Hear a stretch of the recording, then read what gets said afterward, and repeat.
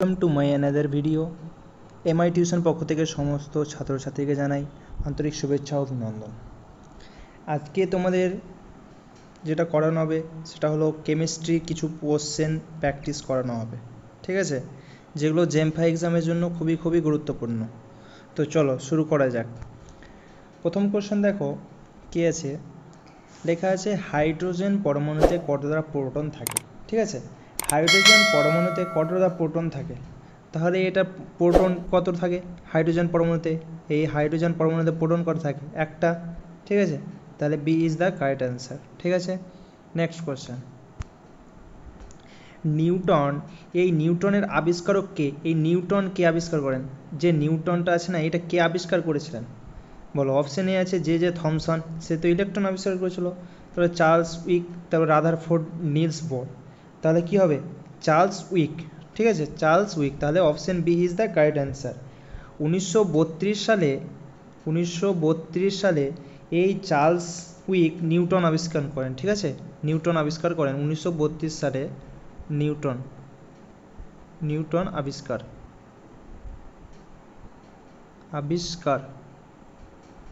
ঠিক আছে, চলো নেক্সট কোশ্চেন দেখো 3 নম্বর। রাদারফোর্ডের সোনার পাত পরীক্ষা কি প্রমাণ করেছিল? এই যে রাদারফোর্ডে তোমরা হয়তো পড়েছো, এইভাবে একটা রাদারফোর্ডের পরমাণু করেছিল না, এখানে একটা এক্সরে পাঠিয়েছিল, তারপর এখানে একটা সোনার পাত রেখেছিল, এইভাবে একটা এক্সপেরিমেন্ট করেছিল না, সেই যে এক্সপেরিমেন্টটা করেছিল সেখান থেকে কি প্রমাণিত হয়েছিল বলো? সেখান থেকে কি প্রমাণিত হয়েছিল?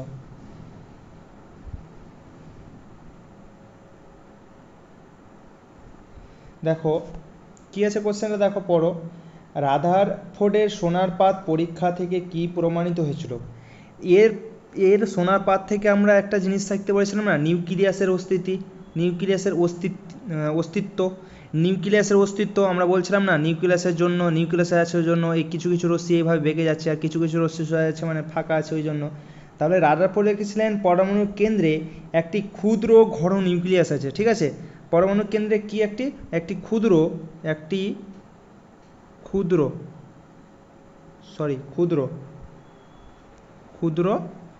ঘন নিউক্লিয়াস আছে। ঠিক আছে, নিউক্লিয়াস। এর পিডিএফ যদি পেতে হয় তাহলে তোমাদের কি করতে হবে, এর যদি পিডিএফ নিতে চাও তাহলে দেখবে ডিসক্রিপশানে লিঙ্ক দেওয়া থাকবে একটা পিডিএফ হেয়ার বলে, সেখানে ক্লিক করে জয়েন হয়ে যাবে। ঠিক আছে, সেখানে পেয়ে যাবে। আর যদি তোমরা কোশ্চেন প্র্যাকটিস করতে যাও তাহলে ডিসক্রিপশান লেখা থাকবে, দেখো কোশ্চেন প্র্যাকটিস টেলিগ্রাম গ্রুপে জয়েন হয়ে যাবে, যাতে কোশ্চেন প্র্যাকটিস করতে পারো তোমরা। ঠিক আছে, নেক্সট কোশ্চেন 4 নাম্বার। ইলেকট্রনের আধান কত? ইলেকট্রনের আধান কি? আচ্ছা, ইলেকট্রন ধনাত্মক না ঋণাত্মক? ইলেকট্রন ঋণাত্মক, তাই তো। ইলেকট্রন আধান কি মাইনাস না, মাইনাস ই দিয়ে লিখি আমরা ইলেকট্রনকে, তাহলে ইলেকট্রন আধান কি ঋণাত্মক, তাহলে উইচ অপশন? বি, তাহলে অপশন বিটা কারেক্ট হবে। ইলেকট্রন মৌলিক ঋণাত্মক আধান, ঠিক আছে, যার চার্জ হলো -1। ঠিক আছে, নেক্সট কোশ্চেন 5 নাম্বার। ইলেকট্রনের ভর প্রোটনের ভরের কত অংশ? ঠিক আছে, ইলেকট্রনের ভর প্রোটনের ভরের কত অংশ?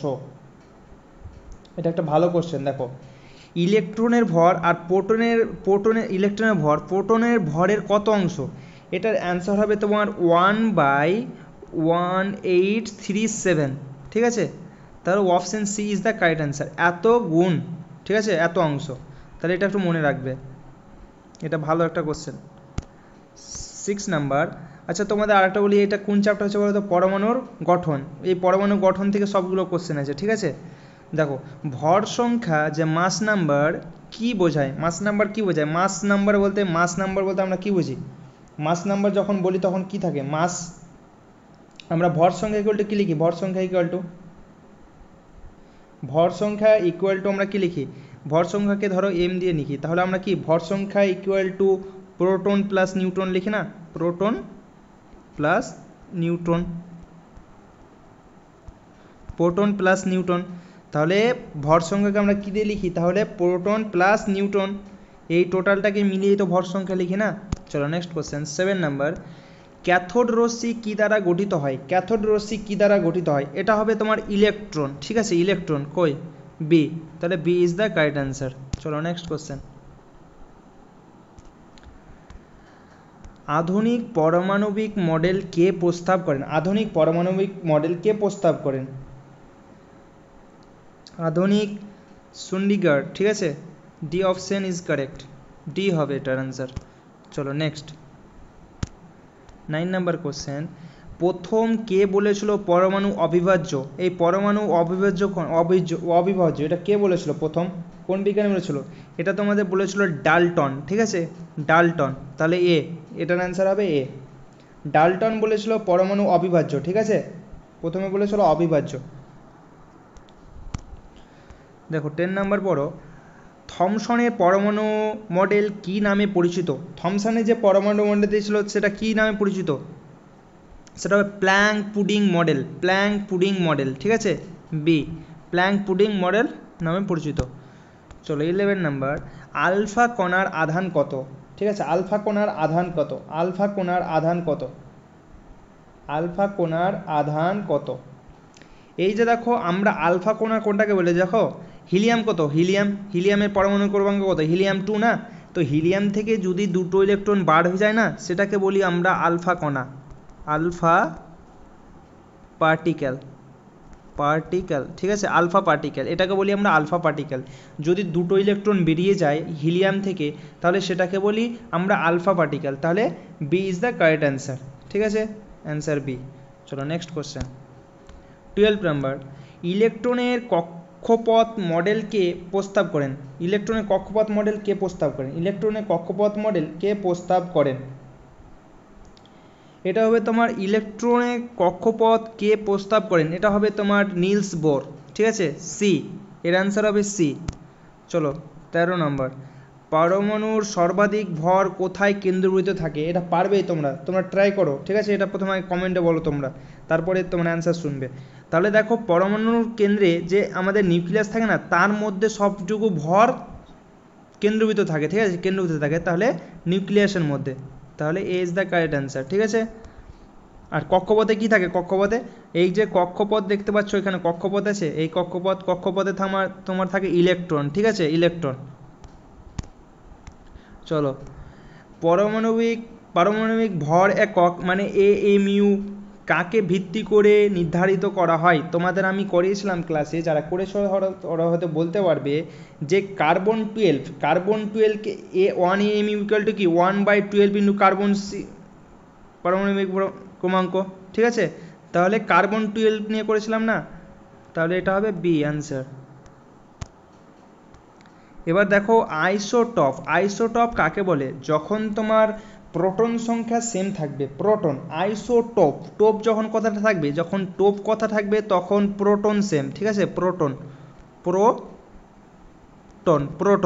টোপ প্রোটন মানে প্রোটন সংখ্যা যার সমান থাকবে, কিন্তু ভর সংখ্যা নিউট্রন সংখ্যা ভিন্ন থাকবে। তাহলে দেখো মিলিয়ে দেখো প্রথমটাই আছে প্রোটন সমান, ঠিক আছে, তারপর এটা দেখো ভিন্ন, তাহলে option A is the correct answer, ঠিক আছে। চলো নেক্সট কোশ্চেন 16 নাম্বার, কি আছে এটা? 9 প্রোটন মানে 9টা প্রোটন আর 10টা নিউট্রন বিশিষ্ট পারমাণবিক ভর সংখ্যা কত? তাহলে এখানে দেখো,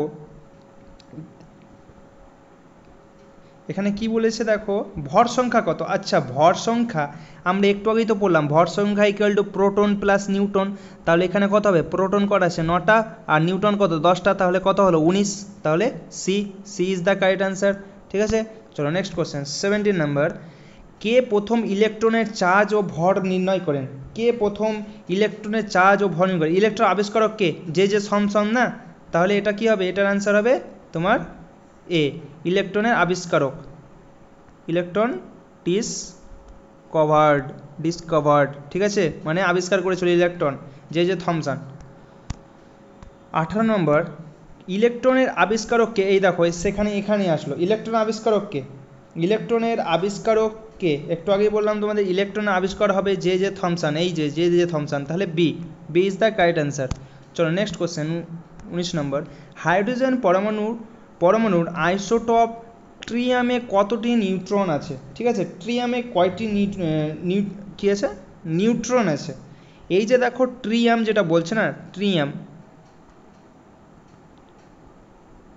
ট্রাইটিয়াম ট্রাইটিয়াম যে আছে সেটা সংকেত কি H3, ঠিক আছে, H3, যেখানে তোমার একটা প্রোটন, ঠিক আছে, একটা প্রোটন প্লাস দুটো নিউট্রন থাকে, ঠিক আছে। তাহলে এবার দেখো মিনিয়ে নাও, একটা প্রোটন কত থাকে একটা, নিউট্রন কত থাকে দুটো, তাহলে C is the correct answer. তাহলে অ্যান্সার কি সি। চলো next question, 20 number question.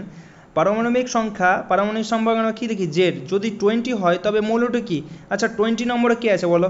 20। Oxygen কত? অক্সিজেন O2, অক্সিজেন কত? 8। তোমার ক্যালসিয়াম কত? ক্যালসিয়াম 20। তাহলে কি হবে অ্যান্সার? বি। বি হবে তো অ্যান্সার, ক্যালসিয়াম 20। আর তোমার ফ্লোরিন এফ কত? 9 আই থিঙ্ক। আর্গন কত? 18, ঠিক আছে। ফ্লোরিন মনে হচ্ছে 9, একবার দেখে নেবে, ঠিক আছে। তাহলে এটা হলো, তাহলে 20 নম্বরে কি আসলো? ক্যালসিয়াম। তাহলে B is the correct answer. 21 নম্বর, নিউক্লিয়াসের ধনাত্মক আধান কিসের কারণে হয়? আচ্ছা ধনাত্মক আধান কিসের কারণে হয়? নিউক্লিয়াসের ধনাত্মক আধান কিসের জন্য হয়? কার আধান ধনাত্মক এখানে? আচ্ছা নিউটনের আধান আছে, নিউটনের আধান দেখো, এই যে নিউটন দেখতে পাচ্ছ, এই নিউটন হলো নিস্তড়িত, মানে আধান নেই, আধান শূন্য, ঠিক আছে, আধান শূন্য। কার? এই নিউটনের। আর ইলেকট্রনের আধান কি? ঋণাত্মক। আর এই প্রোটনের আধান হলো ধনাত্মক, ঠিক আছে। তাহলে A is the correct answer. তাহলে এটার অ্যান্সার কি? এ। চলো 22 নাম্বার, কে অপরিবর্তনীয় শক্তি স্তরের ধারণা দেন? অপরিবর্তনীয় শক্তি স্তরের ধারণা দেন, এটা হবে তোমার বিজ্ঞানী বোর, নিলস বোর, ঠিক আছে, এটা হবে বোর। চলো নেক্সট কোশ্চেন, 23 নাম্বার, এই দেখো ইলেকট্রনের ই বাই এম এর মান নির্ণয় করেন কে? ই বাই মানে কি? ইলেকট্রনের চার্জ বাই ইলেকট্রনের মাস, ঠিক আছে। তো তোমাদের কাজ কি, তোমরা ইলেকট্রনের চার্জ কত বলবে আর ইলেকট্রনের মাস কত বলবে, ঠিক আছে। এটা বলবে আমাকে অ্যান্সার কমেন্টে। এবার এটা কে বের করেছিল? ই বাই এম এর মান কে বের করেছিল? এটা তোমার বের করেছিল জে থমসন, ঠিক আছে। B is the correct answer. চলো 24 নম্বর কোশ্চেন, মিলিকান কোন পরীক্ষার মাধ্যমে ইলেকট্রনের চার্জ নির্ণয় করেন? এই যে মিলিকান বিজ্ঞানী কোন পরীক্ষার মাধ্যমে ইলেকট্রনের চার্জ নির্ণয় করেন? তিনি তেলবিন্দু পরীক্ষা, ঠিক আছে, তিনি তেলবিন্দু পরীক্ষার মাধ্যমে ইলেকট্রনের চার্জ নির্ণয় করেন। মিলিকান কিসের? ওয়েলডর্ফ এক্সপেরিমেন্ট, EXPERIMENT এক্সপেরিমেন্ট, ঠিক আছে, এক্সপেরিমেন্টের মাধ্যমে ইলেকট্রনের চার্জ বার করেছিল। নেক্সট নাম্বার কোশ্চেন 25 নম্বর, একই মোলের ভিন্ন ভর সংখ্যা পরমাণুকে কি বলে? আচ্ছা দেখো বার কথাটার মানেই হচ্ছে তোমার বার, যখন বার দেখবে তখনই আছে ভর সমান, ঠিক আছে, ভর সমান, ঠিক আছে, বার। এখানে কি আছে? একই মৌলের 25 নম্বর না, একই মৌলের ভিন্ন ভর। আচ্ছা ভর দেখো, বার কথাটা যখন থাকবে তখন হবে ভর সমান, কিন্তু এখানে কি বলেছে? ভিন্ন ভর, তার মানে কি বার হবে না, আইসোটোন হবে না, আইসোমারও হবে না, আইসোটোপ হবে, ঠিক আছে, আইসোটোপ হবে। তাহলে A is the correct answer. Next question পড়ো, একই ভর মানে এম ভর, তাহলে এম যদি ভর সঙ্গে যদি সমান হয় তাহলে কি আসবে? বার আসবে। তাহলে কি এটার অ্যান্সার কি হবে? বার। তাহলে B is the correct answer, ঠিক আছে। চলো নেক্সট নাম্বার 27 নাম্বার, একই নিউটন সংখ্যা কিন্তু ভিন্ন প্রোটন বিশিষ্ট মৌলকে কি বলে? একই নিউটন সংখ্যা কিন্তু ভিন্ন প্রোটন সংখ্যা বিশিষ্ট মৌলকে কি বলে? এটাকে বলে তোমার আইসোটোন, ঠিক আছে। নিউটন সংখ্যা সেম কিন্তু প্রোটন সংখ্যা ভিন্ন, এটাকে বলে আইসোটোন। তাহলে option C is the correct answer, ঠিক আছে। তো এই হলো তোমাদের ভিডিও, মানে এতগুলো কোশ্চেন, 27টা কোশ্চেন ছিল। তো তোমরা ভালো করে এই কোশ্চেনগুলো দেখবে, করে রাখবে, ঠিক আছে। আর এই চ্যাপ্টারটা যেটা হলো তোমার হলো পরমাণুর গঠন। আমি যে কোশ্চেনগুলো করালাম সেই কোশ্চেনগুলো কোথায় থেকে করালাম? পরমাণুর গঠন, ঠিক আছে, পরমাণুর গঠন থেকে এই কোশ্চেনগুলো করালাম। আর কোন কোন সাবজেক্টের কোন বিষয়ে কোন ভিডিও লাগবে আমাদের কমেন্ট সেকশানে বলবে, ঠিক আছে, যেন আমি তোমাদের জন্য ভিডিওটা তৈরি করে দিতে পারি। ঠিক আছে, প্রত্যেক দিন একটা করে জিএনএমের আর একটা করে জেম5 স্টুডেন্টদের জন্য ভিডিও আসবে। ঠিক আছে, টাইম আমি বলে দেবো, সেখানে তোমরা ভিডিওগুলো দেখে নেবে। আর পিডিএফ যদি পেতে হয় তো তোমাদের বললাম ডিসক্রিপশানে লিঙ্ক দেওয়া থাকবে, সেখানে গিয়ে তোমরা পিডিএফ পেয়ে যাবে। ঠিক আছে, থ্যাংক ইউ।